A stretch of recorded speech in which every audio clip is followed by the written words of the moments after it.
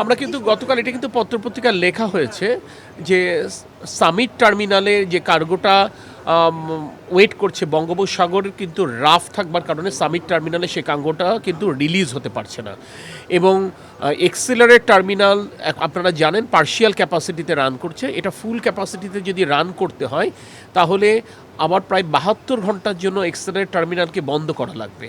It's the biggest challenge. এই সিদ্ধান্তটা নেওয়াটা কিন্তু খুব কঠিন একটি সিদ্ধান্ত।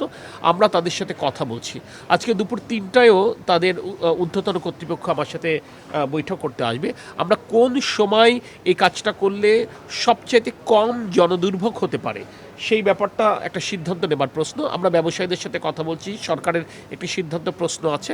স্বাভাবিকভাবে এমনিতেই আপনারা যেটা দুটো টার্মিনাল দিয়ে আমরা গ্যাস রিলিজ করি, একটা হচ্ছে সামিট টার্মিনাল আর একটা হচ্ছে এক্সেলারেট টার্মিনাল। তাহলে এক্সেলারেট টার্মিনালে এমনিতে 50% ক্যাপাসিটিতে রান করছে ডিউ টু বয়লার ফল্টেজ, আপনারা জানেন ফুল ক্যাপাসিটি আমরা রান করতে পারছি না। হোয়ারাস আবার সামিট টার্মিনালে বে অফ বেঙ্গলের রাফ থাকবার কারণে আমরা cargo still waiting for discharge. That is the problem. কখন থেকে শুরু হবে তাহলে এটা?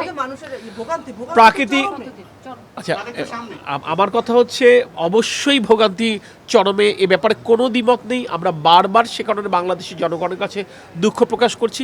প্রাকৃতিক দুর্যোগের কাছে তো আমাদের কারোরই কিছু করবার নেই। আমরা তো এটা অসহায়, আত্মসমর্পণ করতে হবে প্রকৃতির কাছে। প্রকৃতি স্বাভাবিক হলে ইনশাল্লাহ আমরা এই গ্যাসটা ডিসচার্জ করতে পারবো এবং সেক্ষেত্রে গ্যাস সাপ্লাই স্বাভাবিক হবে কিছুটা হলো। গ্যাস যদি আপনি পর্যাপ্ত সাপ্লাই না করতে পারেন তাহলে বিদ্যুতের সংকট হবে, পাওয়ার প্ল্যান্টটা না দিতে পারে। তারপরে আমরা একটা কৌশল নিয়েছি, আমরা সেই কৌশলটা গতকাল সন্ধ্যা থেকে নিয়েছি। আমরা আশা করছি আজকে সন্ধ্যা থেকে বিদ্যুৎ পরিস্থিতির কিছুটা হলে উন্নতি হবে। মালয়েশিয়ার চিঠি পাঠানোর পরে মালয়েশিয়ার সাথে আমি এবং আমাদের মন্ত্রী মহোদয় ভার্চুয়াল মিটিং করেছি। তার ধারাবাহিকতায় আমাদের টিম মালয়েশিয়ায় গেছে, তার পরিপ্রেক্ষিতে তাদের অফার নিয়ে আমরা কাজ করছি। তার ধারাবাহিকতায় তাদের সাথে থেকে আমরা আশা করছি অ্যাটলিস্ট এক কার্গো এলএনজি আমরা পাবো। আইএসও ট্যাঙ্কের মাধ্যমে যদি এলএনজি আনতে হয় এটি একটি প্রক্রিয়ার ব্যাপার আছে, কারণ আপনারা জানেন আইএসও ট্যাঙ্ক এটা অ্যাভেলেবেল না মার্কেট থেকে। এটা একটা মধ্যমেয়াদী একটা সমাধানের একটা ব্যাপার, সেটা নিয়ে আমরা কাজ করছি। আমাদের হাতে যতগুলো বিকল্প ছিল আমরা সকল বিকল্প নিয়ে কাজ করছি। আপনারা দেখেছেন গতকাল ঢাকা ক্লাবে যে সেমিনার হয়েছে সেখানে বিশেষজ্ঞরা ছিল, মতামিম ছিলেন, ডক্টর এজাজ ছিলেন, শামসুল হক ছিলেন, তারা বিশেষজ্ঞ মত দিয়েছেন। আমরা ব্যবসায়ীদের সাথে কথা বলছি, তাদের কোনো বুদ্ধি আছে কিনা, তাদের কোনো পরামর্শ আছে কিনা আমরা জানতে চাচ্ছি। ইভেন আপনাদের কাছেও যদি কোনো বুদ্ধি পরামর্শ থাকে আমরা ওয়েলকাম করছি। এর বাইরে সরকারের কাছে অবশ্যই জনগণ মেসেজ জানতে চাই। মেসেজ দেবার মতো জায়গায় যদি আমি থাকতাম অবশ্যই আমি দিতাম। শুধু আমি আপনাকে এটুকু বলবো, জনদুর্ভোগকে বিবেচনায় নিয়ে আমরা প্রাণান্তকর চেষ্টা করছি। এটা আমার ধারণা জনগণ বোঝেন, আপনারাও বোঝেন। আমাদের চেষ্টার ন্যূনতম কোনো ত্রুটি নেই। আমি টাইম টু টাইম আমার কাছে তথ্য আসা মাত্রই আমি দেবার চেষ্টা করব।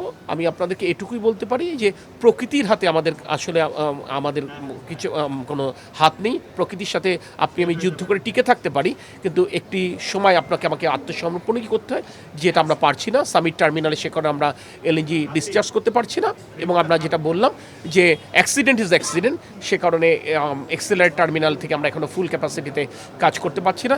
দেশি উৎপাদন রাতারাতি বাড়ানো সম্ভব নয়, এটা আপনারা জানেন, একটা দীর্ঘমেয়াদী একটা ব্যাপার। আজকে আপনারা ইউএস বাংলাদেশ চেম্বার এসেছিল, আমরা তাদের কাছেও তো এলএনজি সাপ্লাইয়ের ক্ষেত্রে আমরা তাদের কাছে কোঅপারেশন সিক করেছি।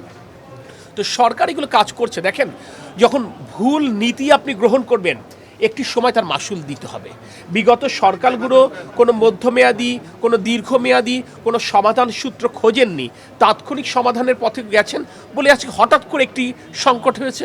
সেই সংকটের সময়টা হয়তো আজকে এসেছে, আজকে না হলে হয়তো আগামীকাল আসতো, আগামীকাল না হলে হয়তো পরশু দিন আসতো। একটি সময় এই পরিস্থিতির মুখোমুখি আমাকে হতেই হতো।